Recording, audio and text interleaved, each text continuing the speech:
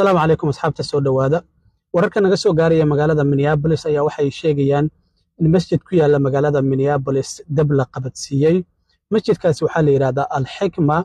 waxaana uu ka dhow yahay suuqa weyn ee Soomaalidu inta badan ay ku ganacsato ee la yiraahdo Carmel Mall oo waliba uu ka soo horjeedo waxa la arkayay masjidka oo qaybaha hoose dab looga qabtay oo holcaya qaar ka mid ah dad meesha ka dhawaaya waxay sheegayaan in qof dumar ah oo meesha ka soo baxay ay arkayeen ilaa hadda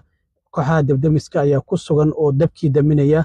cid dabkaasi ku shidayna amaba dabka qabadsiisay masaajidkana lama garanayo xiisada wadanka maalmahan aad ayay u kacsanaad shalay waxaan ognahay kaniisad ku taala Michigan in la weeraray oo nin cadaan ah oo ciidamada Mareykanka tirsanaa jiro Ciraaq ka soo dagaalamay 4 qof ayaa ku dhimatay la leeyahay tira 8 ka badanna waa ay ku dhaawacmeen waliba ninkaasi kaniisada dadka ku cibaadeysto oo dadka marmanka ayuu aad u nacba ayaa ciidamadii baaritaanka wada FBI iyo boolisku shirki jaraa'id saaka qabteen ay ku sheegeen marka ilaa hadda lama ogo masjidkaasi oo la yiraahdo Al-Hikma oo suuqa Carmel ka agdhow cidda dabka qabatisay laakiin baaritaan ayaa kulay la sameyn doonaa mas'uuliyiinta booliska iyo waliba kuwa Soomaalidu shir jaraa'id ay qabtaan ayaa la filayaa haddii qof loo soo qabtana waa la arki doonaa laakiin masjidkaasi xitaa anigu bishii 6aad maraan tagay Minneapolis salaad ayaan ku tukaday waliba salaad casr inay ahayd aan u maleynayo masjidka suuqa Carmel ayuu ka soo horjeedaa marka waxa la arkayay masjidka oo qaybaha hoose ka holcaya kulay kooxaha dabdamiska ayaa ka soo gaaray oo damiyay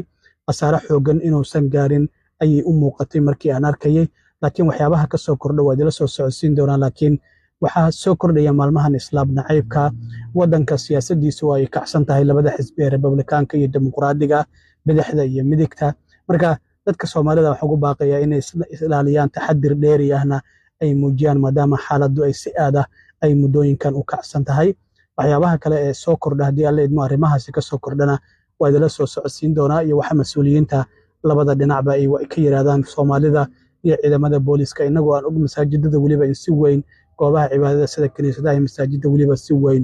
loo ilaaliyo dowladuna ay qarash ku bixiso xitaa